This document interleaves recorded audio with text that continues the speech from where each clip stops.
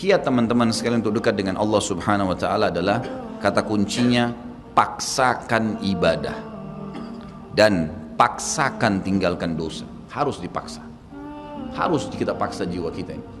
Cambuk jiwa itu, cambuk dengan ilmu dan keimanan. Mulai sekarang saya mau on time sholat di masjid, tidak mau ketinggalan. Apapun konsekuensinya, paksain. Sesuatu kalau sudah dipaksakan dan menjadi sebuah kebiasaan akan enak dikerjakan. Otomatis. Tapi kalau kita kendor, sesekali saja dikerjakan, maka akan luluh seperti biasa umumnya. Begitu pula dengan dosa.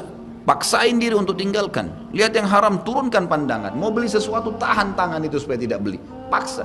Nggak ada masalah kok. Tangan kita nggak putus kalau kita nggak beli DVD film yang tidak benar misalnya. Nggak masalah kok kuping kita nggak copot kalau kita nggak dengar musik misalnya. Alihkan ke Al-Quran. Setan goda, lawan. Jangan terus-menerus kendor, imannya seperti kerupuk. Sedikit diramas sudah hancur. Ini jangan. Sampai kapan Bapak Ibu mau terus berlale-lale dalam jauh dari Allah SWT? Sementara iman itu levelnya sangat jauh. Makin kental maka makin terus, sampai para ulama mengatakan kenikmatan iman akan terus dirasakan oleh seorang hamba selama dia terus mendeteksi dirinya dan juga dia berusaha bermuhasabah setiap detiknya. Ini sudah ketaatan bukan? Ini sudah ketaatan bukan? Ada kemaksiatan ditolak sama dia. Harus begitu. Dan harus kita mulai dengan diri kita sendiri dengan cara memaksanya. Gak bisa enggak. Kita kalau nggak paksa nggak mungkin. Harus Bapak Ibu sekalian. Orang lain telepon nanti kita atau lihat perubahan, kamu alimnya. Ingat, majelis ilmu seperti ini Bapak Ibu sekalian. Saya sering ulangi kalimat ini. Saya nggak datang jauh-jauh dari rumah saya ke sini untuk menghibur Bapak Ibu cerita dongeng atau hibur Bapak Ibu duduk sini sejam 2 jam. Ini bukan. Ini kita sedang bahas wahyu. Wahyu ini penyampaian dari Tuhan, Allah pencipta langit dan bumi untuk membawa pada perubahan. Kalau Anda hadir di majelis ilmu dan Anda pulang setelahnya terasa, ya kenapa ya saya kayak merasa ada beban nih, kayak saya merasa bersalah, kadang-kadang kita menangis. Itu semua peringatan dari Allah SWT. Ambil, oh ini berarti kebaikan. Itu kebaikan. Karena Allah mau dengan perasaan itu kita berubah. Ada perasaan untuk berbuat dosa jadi takut karena sudah hadir di pengajian. Itu tanda keimanan. Termotivasi untuk mengerjakan ibadah, hadir lagi di majelis. Iya. Begitu teman-teman lihat, kamu alim ya sekarang. Iya, Alhamdulillah, saya sangat bersyukur sama Allah. Jangan malu ucapin itu. Alhamdulillah saya berubah, saya merasa luar biasa, saya bersyukur sama Allah karena Allah masih bisa berikan keselamatan saya sebelum saya meninggal. Mudah-mudahan kamu juga bisa rasain ya keimanan saya. Motivasi dia supaya dia mau ikut. Ini enggak, kamu sekarang alim ya, masa pakai jilbab begitu, kenapa kamu pelihara jenggot, masa azan harus selalu ke masjid. Kemarin, oh iya ya, udah sini aja sholat sama saya. Kendor, sholat di rumah. Kendor, ganti lagi kembali jilbabnya jilbab gaul dan seterusnya. Ini sampai kapan kita mau tergoda nih kira-kira? Waktu terus berjalan. Ingat, setiap peluang ibadah, Bapak Ibu sekalian ingat, Allah peringatkan Anda dan saya seperti cuma ini, penyampaian. Dan kita yang mengubah diri kita. Tidak mungkin saya mengontrol Anda satu-satu di rumah Anda, atau tidak mungkin Allah Subhanahu wa ta'ala menurunkan tangan dari langit. Tetapi Allah Subhanahu wa ta'ala memberikan kepada kita penyampaian dan berikan hati nurani untuk bisa menyentuh hati nurani kita agar kita melakukan, ya, mengerjakannya. Harusnya begitu. Jangan pernah malu untuk berubah menjadi orang lebih baik. Yang malu itu kalau kita menjadi orang lebih buruk. Ingat, peluang-peluang ibadah yang Anda sudah sia-siakan, wallahi Bapak Ibu sekalian, demi Allah Anda akan sesali nanti. Di hari kiamat nyesal, ya Allah, kenapa dulu saya nggak puasa Senin itu ya? Nyesal, ya Allah, kenapa dulu saya nggak sholat tahiyat masjid ya? Saya malah duduk di depan masjid cuma ngobrol-ngobrol. Ya Allah, kenapa dulu saya nggak maksimal bacanya cuma surah pendek ya? Kenapa nggak surah panjang ya? Ini ibadah saja bisa kita sesalin, apalagi kalau dosa, malah lebih parah itu. Menyesalnya luar biasa, tapi nggak ada gunanya. Peluang-peluang ibadah yang Anda sudah sia-siakan tidak akan pernah bisa diperbaiki. Nggak bisa. Ini tadi kalau ada orang tidak ikut sholat sama kita berjamaah maghrib misalnya, kemudian mereka ikut di pengajian lalu merasa tersentuh, coba ya saya ikut dari awal ya. Memang betul, penyesalan bagus, tapi sudah dicatat dan tidak akan pernah berubah di buku amal. Pada hari itu, jam itu, sholat itu telat, pahalanya beda dengan orang yang awal waktu. Apa yang membuat dia telat? Ya dia sendiri, konsekuensinya. Jangan gitu. Makanya motivasi Nabi SAW sangat banyak untuk mengerjakan sholat di awal waktunya, motivasi untuk di saf pertama, motivasi untuk tidak ketinggalan takbiratul ihram pertama imam. Semuanya itu untuk menjaga hubungan dengan Allah Azza wa Jalla. Jadi untuk dekat dengan Allah harus memaksakan diri dalam ibadah dan harus memaksakan diri untuk meninggalkan dosa. Bagaimana tangganya untuk sampai ke sana? Ilmu, majelis ilmu.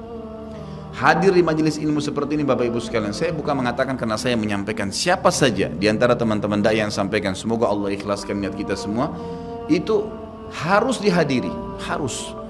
Hadiri majelis ilmu akan mengubah kita.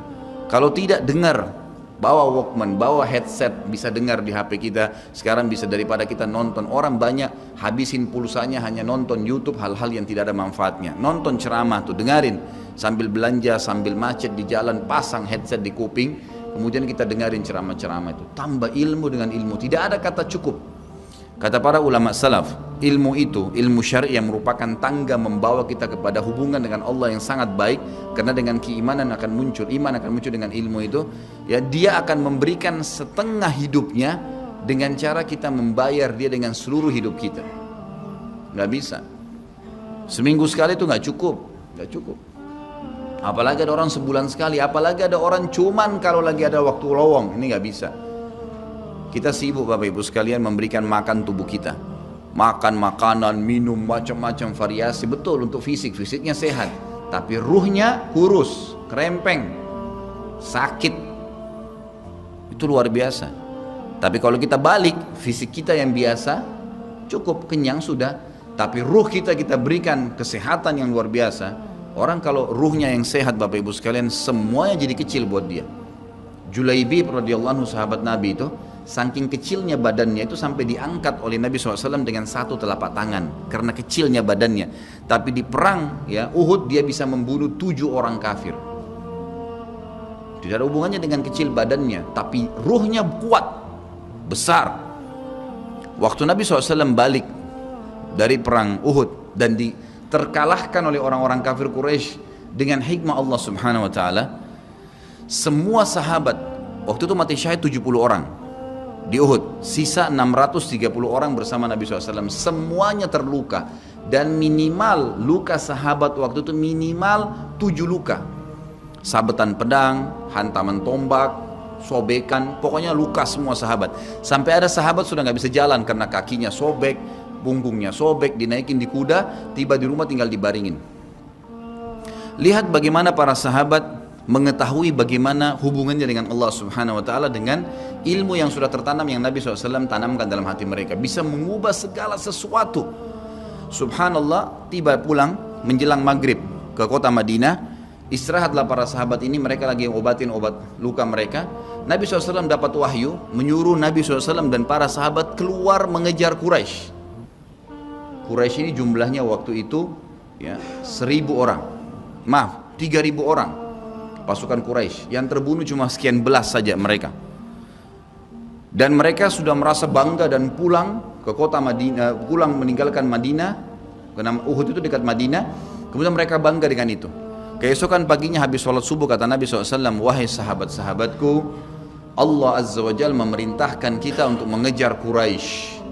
Maka pulanglah masing-masing kalian di suku kalian, lalu motivasi siapapun yang ikut kemarin di Uhud, semua mau sakit, mau enggak, mau luka, mau enggak, tapi ini luka semua nih, minimal punya 7 luka ya. Kita kadang-kadang mungkin kuku kita kecabut aja sudah susah ke masjid, ini sabetan pedang, sobek, rusak semua tubuh mereka. Dikatakan dalam riwayat sampai para sahabat ada yang tidak bisa ngomong karena sudah kesakitan yang luar biasa. Kata Nabi SAW, semua yang ikut di Uhud kemarin keluar lagi. 630 orang semua harus keluar. Bagaimana caranya? Pokoknya ngumpul keluar, perintah Allah. Coba bayangin, kita kadang-kadang habis olahraga saja capek, diajak keluar sama istri atau diajak keluar sama suami, kita sudah nggak mau keluar. Capek biasa olahraga. Atau mungkin penat, capek duduk di kantor mau istirahat. Ini habis perang, badannya disabet-sabet, diajak berperang lagi nih. Apa yang terjadi teman-teman sekalian? Pulanglah pimpinan-pimpinan suku sahabat ini, dimulai dengan Sa'ad bin Mu'adz radhiyallahu anhu, sahabat Nabi yang mulia, luar biasa ini. Orang ini pada saat meninggal, kata Nabi SAW, goncang arsy-Nya Allah dengan meninggalnya Sa'ad. Sa'ad pulang ke kaumnya lalu berkata, wahai kaumku, sesungguhnya Nabi SAW menyuruh kalian untuk kembali menyerang Quraisy.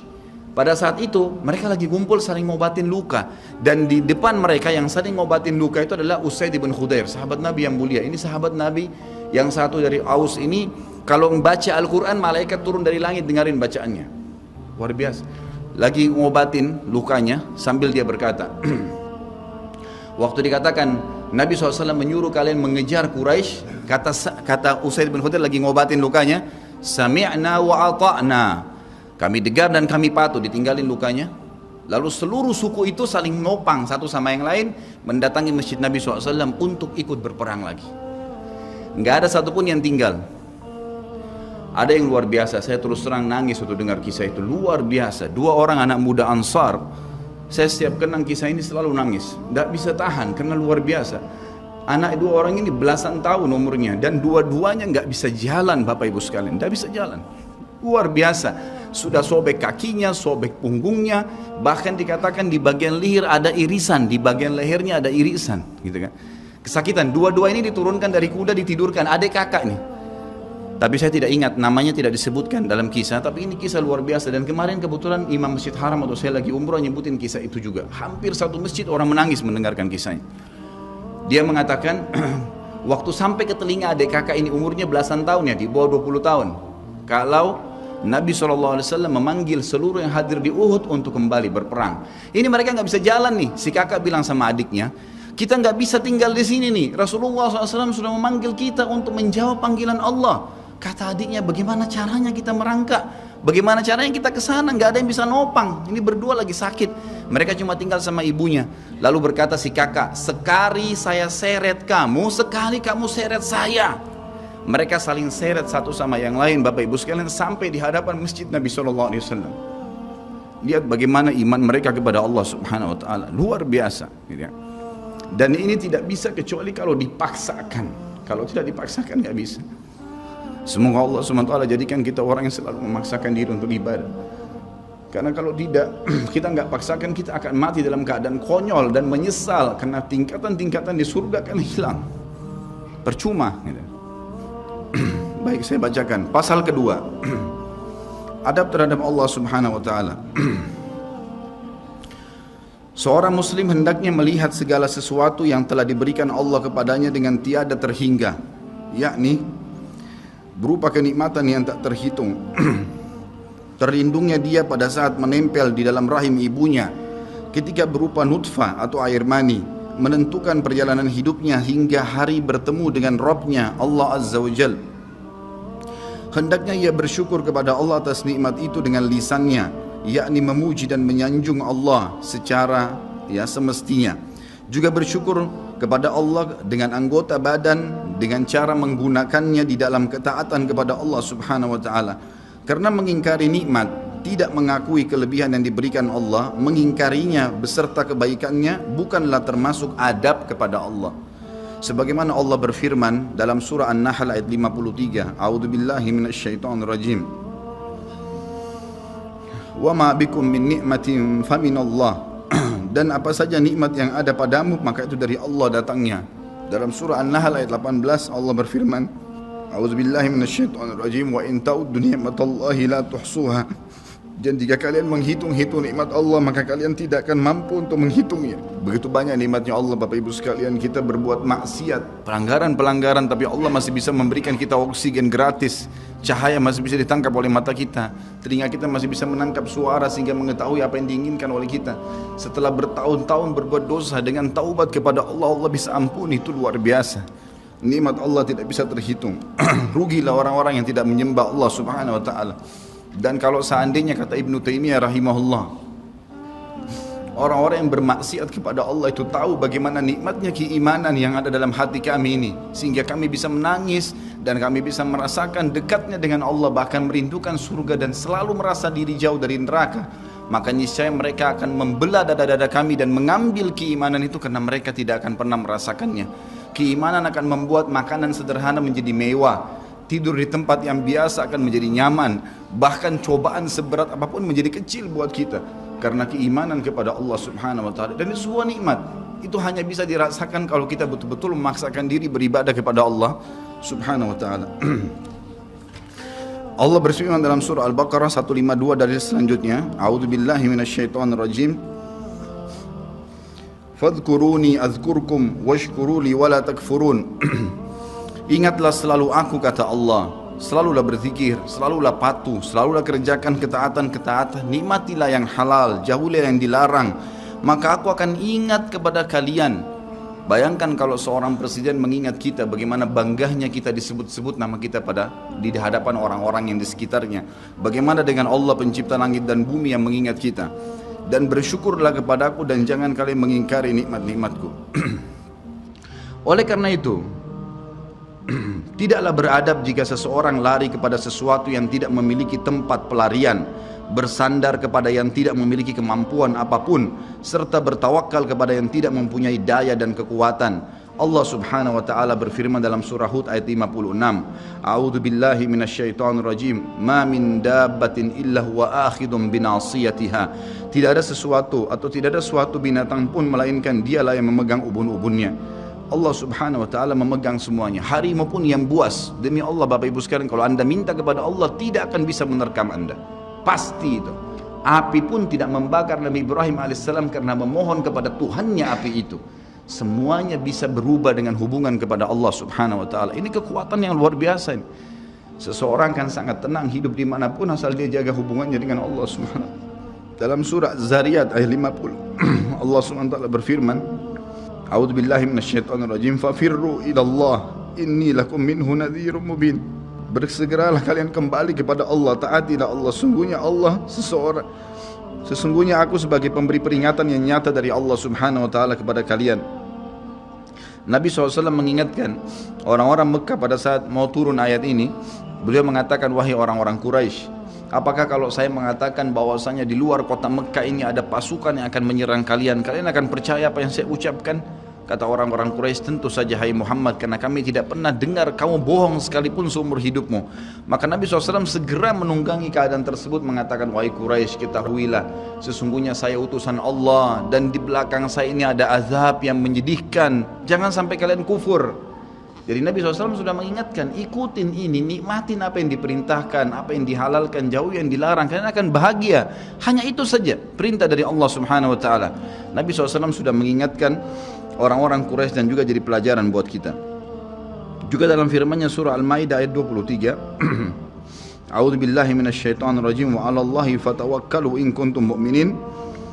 Dan hanya kepada Allah lah kalian harus bertawakal, mengembalikan semua urusan jika kalian benar-benar orang yang beriman.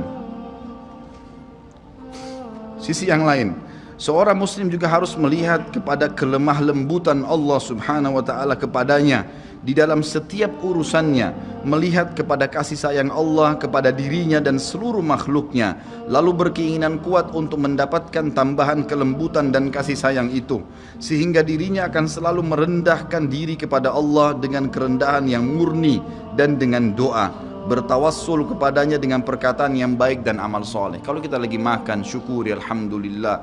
Dan ingat teman-teman sekalian, saya pernah jelaskan juga, hati-hati dengan hukum syamata namanya. Syamata itu merendahkan orang lain. Kalau ada sesuatu yang tidak ada pada kita teman-teman sekalian, syukurlah kepada Allah Subhanahu wa taala. Jangan pernah sampai menghina orang lain, karena Allah menaikkan derajat kita justru dengan kita bersyukur. Kata Nabi SAW, kalau kalian lihat aib pada diri seseorang, ucapkanlah alhamdulillahilladzi afani mimma ibtala bihi wa faddalani ala katsirin mimma khalaqa tafdila. Segala puji bagi Allah yang telah menyelamatkan saya dari apa yang dicobakan kepada orang ini dan mendahulukan saya dengan kelebihan yang banyak dari makhluk-makhluk yang lain. Kita harus seperti itu, jangan syamata. Kata Umar radhiyallahu anhu, apa itu syamata seperti ini? Umar bin Khattab berkata, aku khawatir kalau ada seorang wanita hamil lewat di depanku karena perutnya besar, lalu aku berkata dalam diriku, kenapa ya perutnya seperti itu? Maka Allah menghukumku dengan membuatku hamil. Sampai begitu mereka mengatakan, dan berhati-hati sekali dengan kelemah lembutan Allah Subhanahu wa taala. Allah lah yang telah membuat binatang yang ada binatang yang indah bulunya, yang bagus tampangnya, dan ada Allah juga ciptakan buruk di mata manusia untuk menunjukkan keajaiban dan kemahakuasaannya Allah. Ada ikan yang indah untuk dilihat, ada ikan yang seperti batu buruk. Kita cuma mengatakan subhanallah yang telah menciptakan yang baik dan buruk, subhanallah yang telah menciptakan yang sehat dan sakit, subhanallah yang telah menciptakan yang putih dan hitam, subhanallah dan subhanallah. Bukan justru kita menghina teman-teman sekalian. Kalau ada sesuatu yang menimpa orang lain yang tidak ada pada kita, syukurilah nikmat Allah subhanahu wa ta'ala, dan jangan sampai kita merendahkan orang lain. Ini semua merupakan adab, kata beliau, terhadap Allah yang menguasainya. Maka bukanlah orang yang beradab orang yang berputus asa dari mencari tambahan rahmatnya yang luas, meliputi segala sesuatu, berputus asa dari kebaikan Allah yang tak terhingga, yang mencakup seluruh alam semesta ini, serta kelembutannya yang tercurah untuk segenap makhluk. Allah subhanahu wa ta'ala berfirman di dalam A'raf 156, A'udzu billahi minasyaitonir rajim, wa rahmati wasi'at kulla syai', dan rahmatku meliputi segala sesuatu. Kata ulama tafsir, hewan pun kalau yang buas kemudian dia menerkam mangsanya lalu dia meminta maaf kepada Allah, maka rahmatnya Allah akan meliputinya. Seseorang membunuh orang lain pun, sebagaimana masuk dalam sebuah hadis, Allah tertawa melihat dua orang yang saling membunuh, kemudian dua-duanya masuk surga. Lalu para sahabat bertanya, ya Rasulullah, bagaimana ceritanya dua orang itu? Kata Nabi SAW, yang satunya mukmin, yang satu kafir. Lalu kemudian si kafir membunuh si mukmin di kancah peperangan, mati syahidlah si mukmin tadi. Berjalan waktu, si kafir mendapatkan hidayah, akhirnya juga masuk Islam, dan dia berperang lalu dibunuh oleh orang kafir yang lain. Orang mukmin yang pertama terbunuh dengan orang kafir yang akhirnya masuk Islam juga terbunuh di kancah peperangan, dua-duanya masuk surga, dan Allah menyambutnya dengan rahmatnya. Allah tersenyum dan tertawa dengan dua orang ini. Jadi dengan kemahalembutannya Allah subhanahu wa ta'ala. Dalam surah Asy-Syura ayat 19 dikatakan juga, a'udzubillahi minasyaitonir rajim, Allahu latifun bi'ibadi. Allah itu maha lembut terhadap hamba-hambanya. Makanya dalam hadis yang lain dikatakan, ma nazala linu fi syai'in illa zana. Tidak ada sesuatu dikemasi dengan kelemah lembutan kecuali akan menghiasinya. Dikatakan Allah latif, Allah itu lembut, yuhibbul lutf, dia suka dengan kelemah lembutan, gitu ya. Wa ma nuzi'a min syai'in illa syana. Tidak ada sesuatu diangkat darinya kelemah lembutan kecuali akan merusaknya. Tidak ada manfaatnya mencak-mencak, marah-marah tuh, emosi habisin waktu-waktu, kecuali dalam pelanggaran agama saja. Tapi kalau bukan pelanggaran agama, maka jangan, tidak perlu semua. Dikatakan dalam hadis Bukhari, Nabi SAW kalau berhubungan dengan hak beliau urusan dunia, semuanya ditoleransi. Tapi kalau sudah berhubungan dengan hak Allah subhanahu wa ta'ala, barulah beliau tegas. Ya, ini sifat Nabi Muhammad SAW. Kita baca dua ayat lagi baru kita tutup. Sudah masuk waktu? Surah Yusuf ayat 87, A'udzu billahi minasyaitonir rajim, la tai'asu mir rauhillah. Janganlah kalian putus asa dari rahmat Allah. Sebagaimana hadis tentang orang yang membunuh 99 jiwa, kemudian dia datang kepada seseorang abid, orang ibadah tapi tidak punya ilmu. Apakah Allah masih akan ampuni saya? Dia mengatakan tidak mungkin. Kamu membunuh 99 jiwa. Lalu kemudian dia membunuh orang itu, kata Nabi SAW, digenapkan 100. Kemudian dia menemui seorang yang alim, lalu dia bertanya, apakah Allah masih ampuni saya dengan 100 orang yang sudah saya bunuh? Maka kata Nabi, kata orang tersebut, tentu saja. Allah rahmatnya telah meliputi segala satunya. Allah akan terima taubatmu. Maka dia bertaubat. Pada saat dia bertaubat orang tersebut kepada Allah SWT, lalu dia mau pulang setelah bertaubat, lalu dia meninggal tengah jalan. Kata Nabi SAW, Allah mengutus dua malaikat, satu malaikat rahmat, satu malaikat azab. Malaikat rahmat akan membawa ruhnya yang memperlihatkan taman dari taman surga, dan malaikat azab memperlihatkan lubang dari lubang neraka. Maka datanglah malaikat yang ketiga menghakimi di antara keduanya, lalu kemudian malaikat ini mengatakan, yang datang ketiga yang menghakimi dua malaikat yang sedang memperebutkan orang yang tadi baru taubat ini, ukurlah jejak kakinya. Maka diukur, ternyata jalan menuju ke tempat taubatnya itu lebih satu jengkal kaki, ya, satu jengkal kaki saja. Maka dengan itu Allah masukkan dia ke dalam surga. 100 jiwa sudah dibunuh, teman-teman sekalian. Ini bukan main-main. Dosa yang sangat besar, tapi rahmat Allah sangat luas. Az-Zumar ayat 53 kata Allah subhanahu wa ta'ala juga, A'udzu billahi minasyaitonir rajim, wa la taqnatu mir rahmatillah. Jangan pernah putus asa dari rahmat Allah subhanahu wa ta'ala. Paragraf terakhir yang saya bacakan, nanti insya Allah kita lanjutkan setelah sholat ba'diyah isya. Seorang muslim harus melihat bagaimana dahsyatnya siksaan Rabbnya. Allah SWT maha lembut, tapi jangan lupa Allah azabnya sangat pedih. Seorang muslim harus melihat bagaimana dahsyatnya siksaan Rabbnya, kerasnya azab dan kecepatan hisabnya. Kalau datang seketika, gitu kan? Dan tidak ada yang bisa bendung, sehingga dia bertakwa atau takut kepadanya, menjaga diri terhadapnya, serta meninggalkan segala kemaksiatan. Maka ini pun merupakan bentuk adab kepada Allah, sehingga tidaklah seseorang itu beradab menurut orang-orang yang berakal apabila ia menentang Allah dan berlaku aniaya atau zalim. Padahal ia seorang hamba yang lemah, namun justru menentang Rabb yang maha perkasa lagi maha kuasa, maha kuat lagi maha perkasa. Dan Allah berfirman dalam surah Ar-Ra'd ayat 11, A'udzu billahi minasyaitonir rajim, wa idza aradallahu biqaumin su'an fala maraddalah wa ma lahum min dunihi min wal. Dan apabila Allah menghendaki keburukan terhadap satu kaum, maka tidak akan pernah ada yang bisa menolaknya, dan sekali-kali tidak ada pelindung bagi mereka selain Dia. Kalau Allah sudah mau hancurkan, maka tidak akan pernah ada yang bisa membendung. Juga dikatakan dalam surah Al-Buruj ayat 12, A'udzu billahi minasyaitonir rajim, inna batsya rabbika lasyadid. Sesungguhnya azab Rabbmu benar-benar keras. Jadi teman-teman, jangan tantang Allah. Kalau Anda buat dosa, lindungi, tutupilah dan bertaubat kepada Allah. Jangan tantang, enggak mungkinlah, masa Allah haramin, ya sudah diolok-olok orang yang berbuat ketaatan, ini berbahaya. Karena kalau datang azabnya Allah, Bapak Ibu sekalian, menyakitkan sekali, sangat luar biasa. Saya sarankan juga Anda bisa ya melihat di YouTube azab-azab Allah, itu akan banyak cuplikan yang orang-orang memang kena kutukan dari Allah Subhanahu wa taala. Bisa mudah-mudahan menambah iman kita. Ayat yang terakhir adalah surah Al-Imran ayat 4 yang bunyinya, A'udzu billahi minasyaitonir rajim, wallahu azizun dzuntiqam. Allah itu maha perkasa, maha mulia, dan Allah mempunyai balasan siksaan yang sangat keras. Ingat, Allah memang maha pengampun, tapi Allah juga dari sisi lain azabnya sangat keras. Maka harus hati-hati Bapak Ibu sekalian dalam menjaga hubungan dengan Allah Subhanahu wa taala.